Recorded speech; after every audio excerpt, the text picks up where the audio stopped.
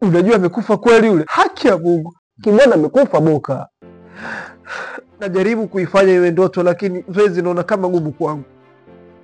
Eti Boka, hii ni ndoto au uhalisia? Buju, mimi sina uhakika na hilo. Mimi ninachokiona hapa hilo alikupeka kwetu saa hizi. Tunafanyaje sasa? Ananiuliza mimi. Kila tulichokipanga kimefeli na mwenzetu ndio huyo kashapatikana. Unataka tufanye nini tena? Sikia, tunapoelekea sio pazuri.